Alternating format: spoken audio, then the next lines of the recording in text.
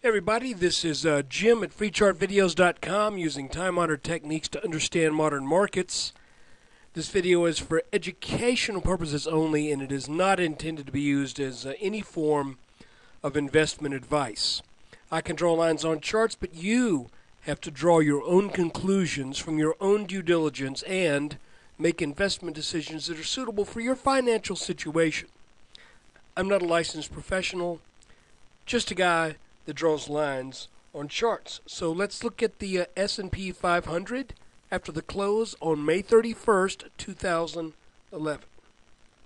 Okay, for those who have been following my videos, we had called this descending channel that had been in place since the about 1370 high. We'd called this a bull flag that would eventually result in an upside move, and today we get the breakout.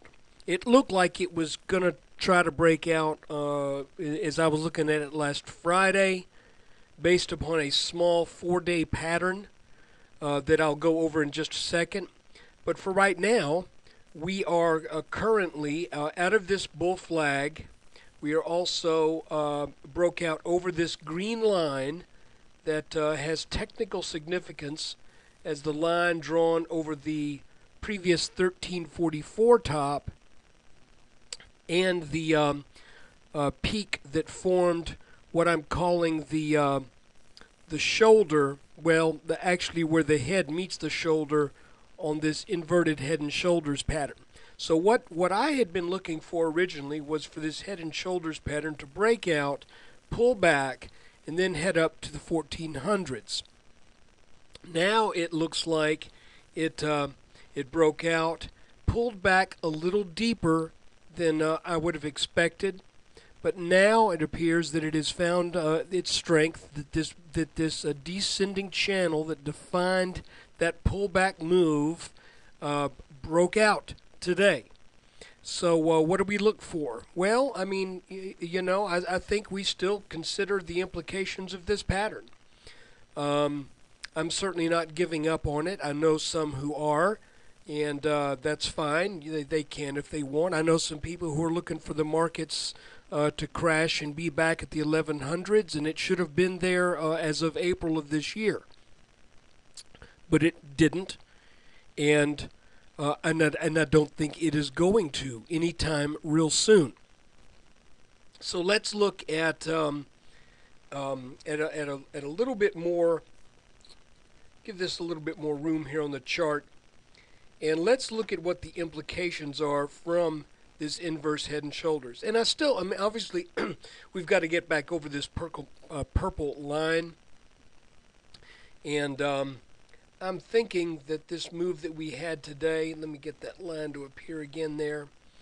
I believe this should set up a serious test of this line, and it should take it out. But let's look at the depth of this head, and I'm measuring this from the more typical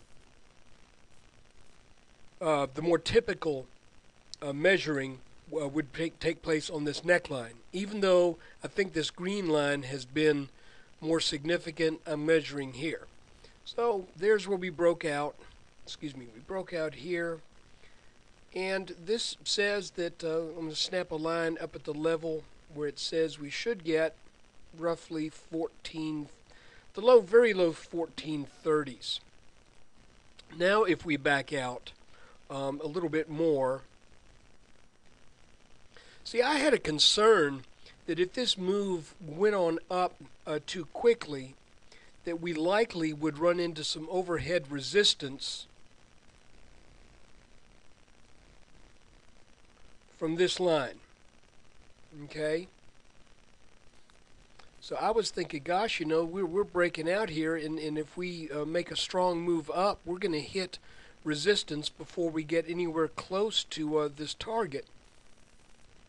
And I made the comment a number of weeks ago that there is potentially a hidden blessing in some sideways motion, and that is we create an easier path to make that target. As a matter of fact, whereas had we made the move here right after the breakout, I'm not really sure that it would have had the steam to do it, because now it appears that we may be in a slightly narrower channel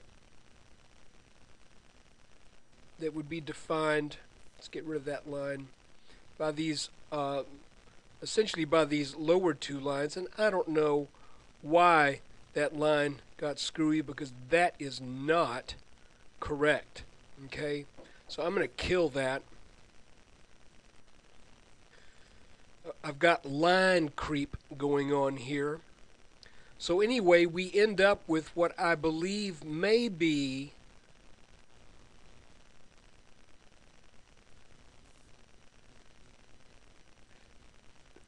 if you extend this backwards, that should go back down to almost exactly the market bottom in March of 2009.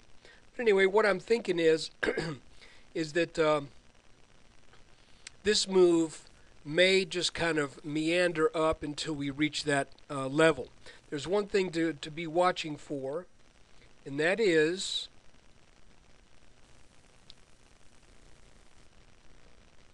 this line probably will be resistance. But you know, it probably doesn't matter, because that line goes up at a steeper pitch than the overall channel does. So anyway, you know, right now it's looking like the next thing that's in store, the next thing to watch for, is to see if this purple line gets taken out.